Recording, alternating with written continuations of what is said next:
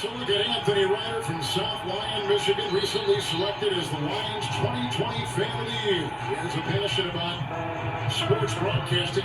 With the 112th selection in the 2021 NFL Draft, the Detroit Lions select Amon-Ra St. Brown, wide receiver, USC. One pride, baby! Yeah!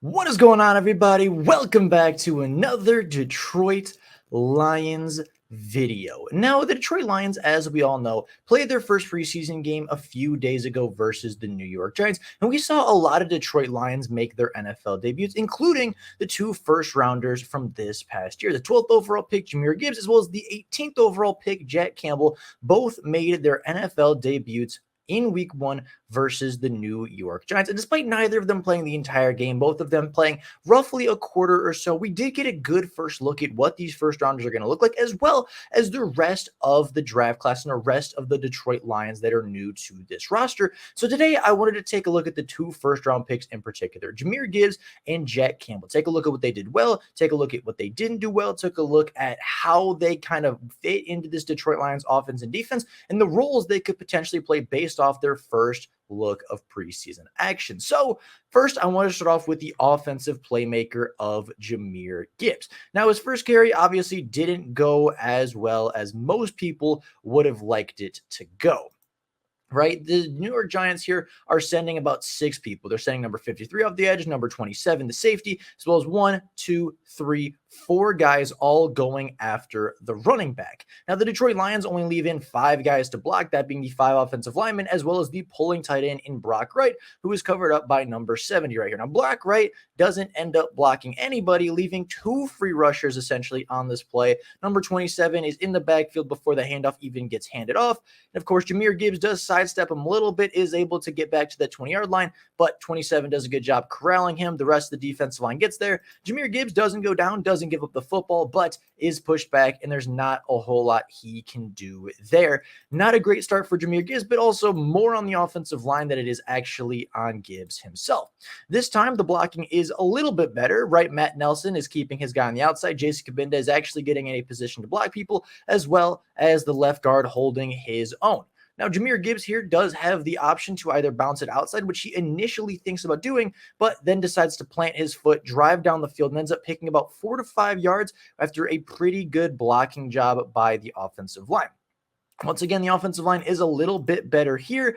You have, of course, 2 guys on 2 guys here. You have Corby Solsdale taking his guy out of the play. You have Ross Pierschenbacher not quite sealing his guy off, but doing enough to make sure that the best the defensive lineman can do is try to make an arm tackle. And when you're going against Jamir Gibbs, that arm tackle usually doesn't go so well. Jamir Gibbs hits some contact, but picks up about 3 to 4 yards on this play. Again, just showing that willingness to work between the tackles, work between the guards, work in tight spaces, and take a little bit of contact despite not being the biggest or heaviest running back.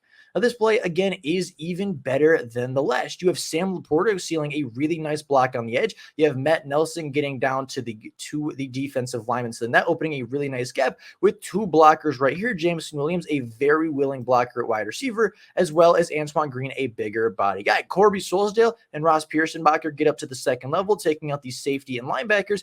Jamir Gibbs is able to pick up about 8 to 9 yards on that play after some, again, a really good blocking, but Jamir Gibbs being able to read the holes, make quick decisions, and be able to get downhill fast, as well as take a little bit of contact at the end of the play.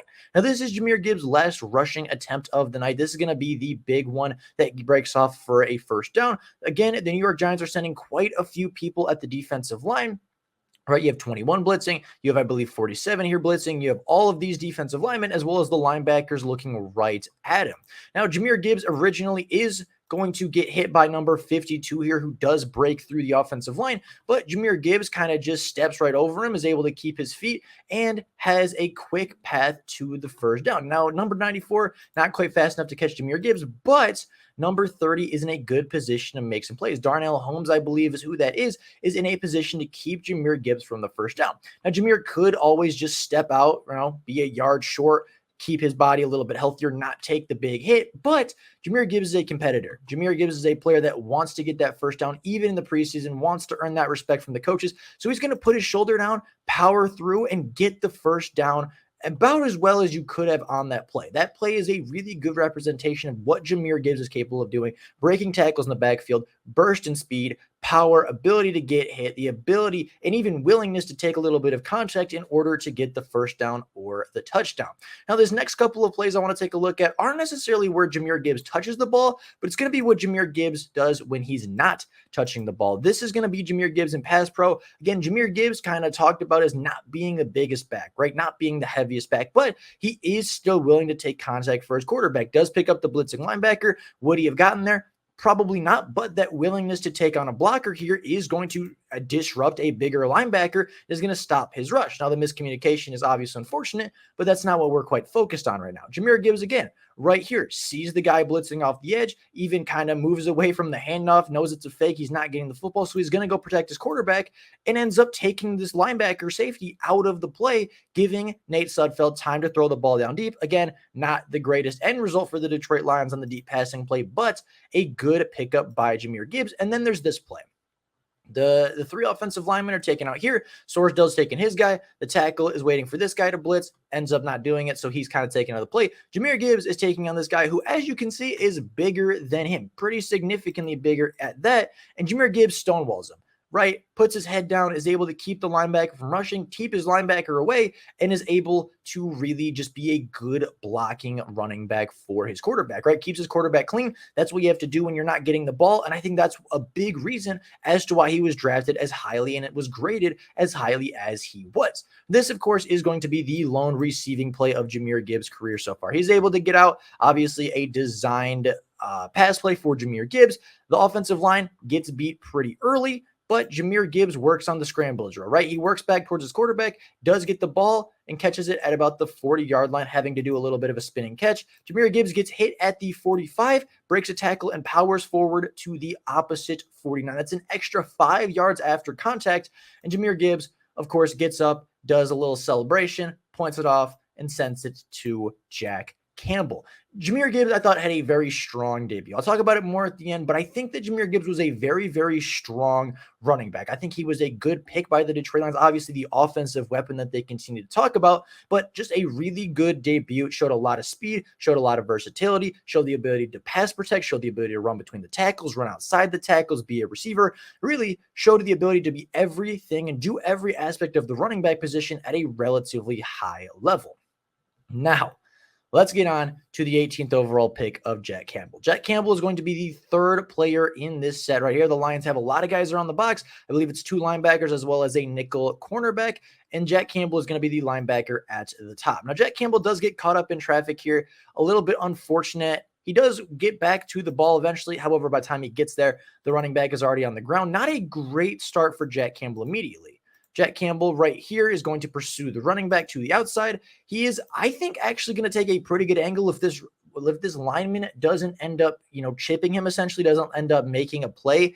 I think Jack Campbell comes down and makes this play in the backfield, hits somebody and puts him on the ground early. Of course, does get chipped a little bit, does kind of throw off his balance. He almost still gets there and would have been there to make the tackle around the 35, about 5 yards later, if Ifeatu Melifonwu did not absolutely level the running back. But again, not a bad run stop, not a bad run play, but just not the best ability to get to the football early. You could tell that the game was moving a little quicker than he's used to, but I think that this game was more about how Jack Campbell finished than how he necessarily started. Now, this again is Jack Campbell. He's going to be right here in the middle of the screen. This is another run play where Jack Campbell identifies it very, very quickly. He's actually going to over pursue a little bit, but does get back into the play, ends up making this tackle in between the pile of bodies. He's not necessarily, he would have over pursued a little bit. He was a bit aggressive in this game, but sees the running back cut back. He's able to get back into position as well and end up making a play, limiting the gain and not allowing the running back too much extra space after the cutback. Now, this play right here, Jack Campbell actually starts very close to the line of scrimmage. Not exactly sure why he was so close to start. Not sure if he was blitzing. Not sure if, they wanted him to walk up and be that close so he could be closer to the ball. But he is right here matched up against the center. The center does take him out a little bit, but Jack Campbell works off as the running back gets outside. Jack Campbell is going to make that play, and he is going to kind of disengage. He's going to make a strong tackle right here. Running back bounce outside. Jack Campbell breaks off, and he's able to make a tackle after a little bit of slowdown by his teammate Malcolm Rodriguez. Now, these are the plays where Jack Campbell starts to really shine. Jack Campbell here is going to start right here. He steps up, is eventually met by the center, but breaks off, and while Broderick Martin is able to slow down the running back, right here, met by the center, Broderick Martin right here works off the guard. Broderick breaks that tackle, is able to slow down 24. Jack Campbell works off, and this is the first down line right here. This 21-yard line is the first down. Jack Campbell does not want him to get the first down on a fourth down play, breaks off the tackle, is able to make a play and stop him inches short of the first down. Yet again, this, I believe, is even another fourth down play. The last play might have been third down. This is a fourth down play, a gotta-have-it situation at the 21, 22-yard line. Very close. It's third and inches. Jack Campbell is right here, and he immediately recognizes the play, immediately steps up, and makes a huge tackle for loss, essentially ending the New York Giants drive. Now, this is going to be some pass protection or some pass coverage plays. Jack Campbell did get a couple pass coverage reps and actually looked pretty good. Now, again, unfortunately, don't quite have the All-22 angle. The Lions, for whatever reason, are one of the two teams that don't have NFL All-22 on the NFL Plus right now. So, got to work with what we have. But Jack Campbell right here covering the running back at the top of the screen in man coverage.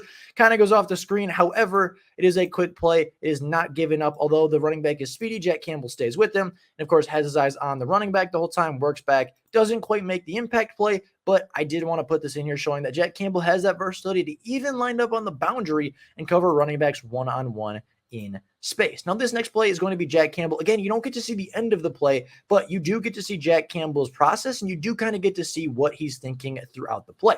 So he's originally diagnosing, trying to see if this play is a run play. Obviously, it is not. It is a play action. Jack Campbell steps up, realizes, hey, it's not quite going to be a running play. So he turns his head, finds a tight end to cover. And actually, you can see in the other broadcast angle that DeVito here does look in Jack Campbell's direction, but as soon as he turns around to find a player, he has to step up and the pressure is no longer there. He would have probably thrown the ball had Jack Campbell not been in the way, so I would consider that at least partially a coverage sack in due to Jack Campbell.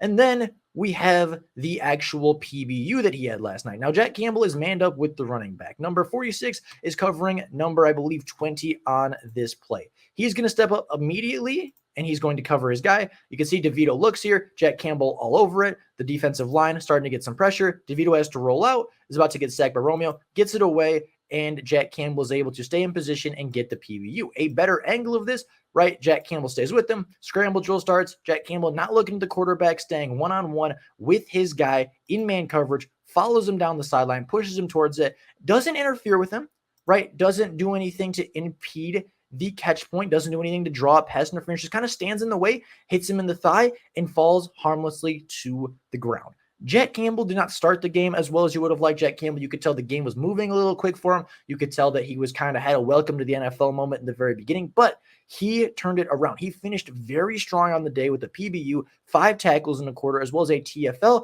And this is the first round linebacker that we drafted him to be. I don't know if he's going to start day one. I don't know if he's going to be a role player immediately, but he is going to be a guy that immediately impacts the team. And he's going to be a guy that by week 1 is going to maybe be a starting linebacker. And if not, is going to be a very, very good depth and rotational piece for this Detroit Lions linebacking core that made quite a few big plays in the first preseason game. So with that being said, the first look at the Detroit Lions first round rookies, I thought was relatively impressive. I was impressed with what the Lions did. I thought that Jamir Gibbs was a good pick at the time, and the game made me feel even better about it. Jack Campbell, again, started a little slow, having a little bit of a rough camp, but as soon as you put on the pads, as soon as you're allowed to hit people, as soon as you're allowed to go be a football player, Jack Campbell turns into a very, very good football player, making impact play after impact play for the Lions defense, stopping the run, stopping the pass, and being a really, really good piece of the Detroit Lions front seven. So